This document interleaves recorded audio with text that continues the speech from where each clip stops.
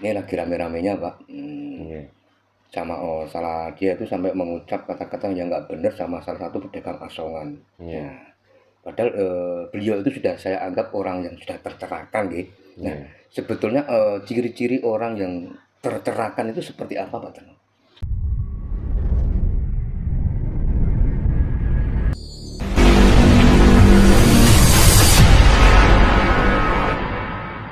Manusia itu dengan egoisnya yang sangat tinggi, dengan kesombongannya dan lain sebagainya, sehingga dia tidak pernah bisa merasakan adanya Tuhan ada dalam diri kita, sehingga tiap waktu, ya, tiap hari, tiap bulan, bahkan tiap tahun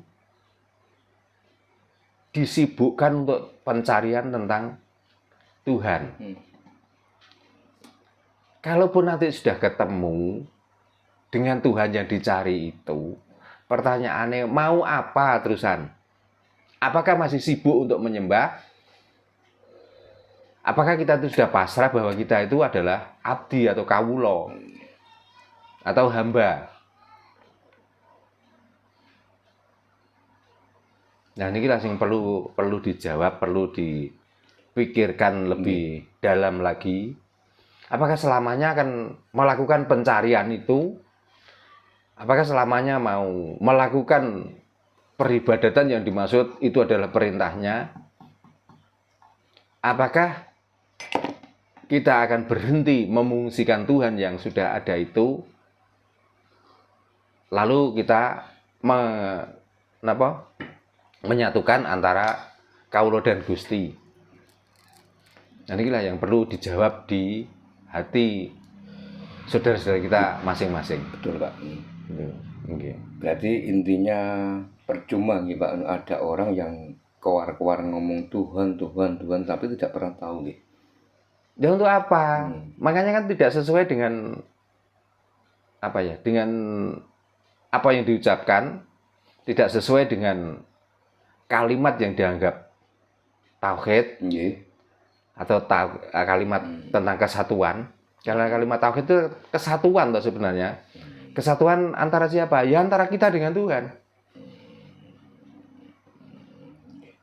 Nah, seolah-olah kalimat tauhid itu kalimat sebutan ya. Kan susah itu. Jadi ya nyebut saja, tapi tidak pernah bersatu.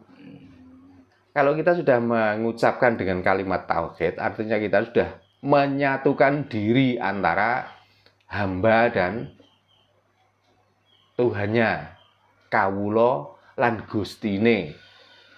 Gitu loh. Makanya kalau sudah menyatu, lalu siapa yang perlu menyembah dan siapa yang perlu disembah? Kan sudah tidak ada. Dengan kesatuan antara kawulo lan Gusti, kesatuan hamba dan Tuhannya. Lalu apa yang perlu ya kita tinggal memungsikan fungsi Tuhan itu sebenarnya apa? Karena hidup kita itu juga dari sinar Tuhan itu sendiri. Gitu loh. Masa kita kalau gelap mencari sinar terang dari matahari, setelah ketemu kita memuja-muja sinarnya, tapi kita tidak memanfaatkan tentang terangnya matahari itu, atau manfaat apa dari terang itu. Kenapa kita masih sibuk mencari sumber dari terang itu? Kok kita tidak memungsikan tentang fungsi sinar terang atau sinar panas yang dilahirkan atau diciptakan dari matahari? Itu perumpamaan. Lampu juga begitu. Dikala kita posisi gelap, lalu kita itu memencet tombol, ya, saklar, lalu lampu itu nyala. Kita masih sibuk mencari sinar terangnya, apakah kita memanfaatkan sinar terang ini? Contohnya ini tadi, ya, dengan suasana yang gelap, ya, lalu lampu saya tombol saklarnya, setelah ini nyala dan mengeluarkan sinar yang terang ini, apakah Mas In, apakah Pak Bayan juga masih sibuk mencari sumber atau sinar terang itu? Kan kita tinggal memanfaatkan sinar terang ini. Untuk apa sinar terang ini? Untuk pencerahan gitu. Untuk pencerahan. Nah, siapa yang menikmati tentang sinar? Ya tentang orang yang sudah menemukan tentang sinar itu. Tadi. Apakah setelah ini nyala, Mas In masih sibuk? Ini alirannya dari mana, Pak? Ini kok bisa begini? Ya boleh-boleh saja untuk awal untuk mencari sumber-sumber dari sinar terang itu seperti itu. Tapi kalau sudah ketemu, yang saya tanyakan kalau sudah ketemu mau apa? Betul, betul. Gitu loh. Apakah kita tuh diam? Apakah setelah lampu itu nyala terus kita tuh tiduran? Ya boleh saja mau tiduran, mau mengerjakan sesuatu. Tapi kan karena ada sinar terang inilah kita itu bisa melakukan apa saja. Nah itulah. Nah tentang kapitayan, tentang agama dan lain sebagainya, itu sebenarnya seperti itulah metodenya untuk mencari, untuk tahu tentang Tuhan dan kita bisa merasakan tentang fungsi Tuhan. Oke. Sekarang gini Pak, tujuan orang belajar, entah itu belajar kapitayan, belajar agama, itu kan tujuan satu untuk mencari pencerahan gitu. Nah, sekarang kan banyak juga orang-orang yang kita sudah anggap ini orang-orang yang sudah tercerahkan ya toh. Tapi kenyataannya dalam kehidupan bermasyarakat dia tuh malah nggak bener. Contoh sekarang kan lagi viral. Ada salah satu ulama ustadz ya. Nah, ini lagi rame-ramenya Pak. Sama salah dia itu sampai mengucap kata-kata yang nggak benar sama salah satu pedagang asongan. Nah, padahal beliau itu sudah saya anggap orang yang sudah tercerahkan gitu. Nah, sebetulnya ciri-ciri orang yang tercerahkan itu seperti apa Pak Tano? Ciri-ciri orang yang tercerahkan, kembali lagi saya beri contoh tentang mencari sinar terang tadi. Di saat kita itu membutuhkan sinar terang karena ada sesuatu yang harus kita pegang atau kita tangani, tentang ada hubungannya dengan sinar terang itu tadi. Kalau sudah ada sinar terang, tinggal kita mau mengerjakan apa. Karena kelihatan dari sinar terang itu, maka mudah.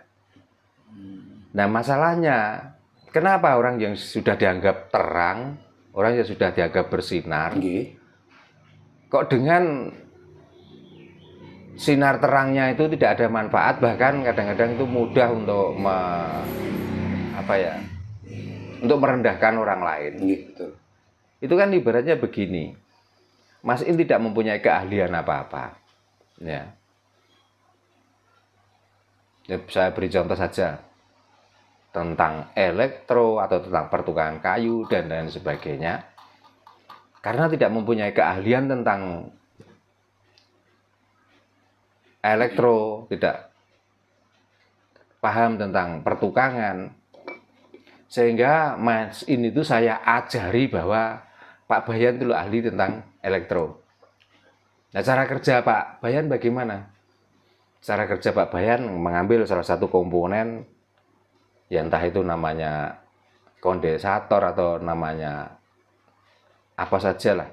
Ini kalau digabungkan ini akan menemukan getaran-getaran, ini akan melahirkan suara atau mengumpulkan salah satu dari daya baterai itu sehingga dia bisa menampung dan bisa mengeluarkan suara.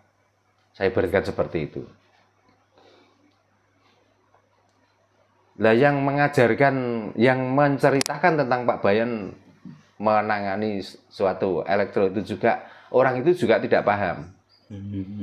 Akhirnya apa yang terjadi? Di saat orang ini mendengarkan, yang katanya belajar dari, bukan belajar, tapi menceritakan tentang Pak Bayan, lalu orang ini memegang tentang elektro. Apa yang terjadi? Jangankan tentang menemukan getaran atau bisa menampung suara dari suara lain. Pegang solder saja kadang-kadang belum bisa. Betul. Dan jangan setrum, Pak. Di saat dia menerangkan tentang itu, bukan orang lain saja yang kena imbasnya, bahkan dia sendiri juga kesolder. Makanya belajar itu jangan belajar ke orang lain. Dan jangan belajar cerita. Belajarlah kasunyatan. Betul. Gitu loh. Nah, kebanyakan orang yang dianggap bersinar, orang yang dianggap ya tadilah dianggap ulama, karena ulama itu sebenarnya orang berilmu. Berilmu berarti pernah melaksanakan atau pernah mengerjakan, itulah orang berilmu. Tapi kalau ilmunya hanya ilmu cerita, ilmu dongeng, dia mendengar dongeng, nanti jualannya juga jualan dongeng lagi, coba. Akhirnya kebablasan. Apa kira-kira gak malah Awur-awuran, Pak. di samping awur-awuran membuat hukum yang sebenarnya hukum itu tidak sesuai dengan orang yang dihukumi. Betul. Itu loh yang rusak akhirnya, yaitu namanya rusak ajak-ajak. Gitu. Apalagi tujuannya untuk menjelek-jelekan orang lain, Pak Darno. Nah makanya Mas, contoh-contoh tadi sudah saya jelaskan ya. Ya mungkin ada yang kurang paham.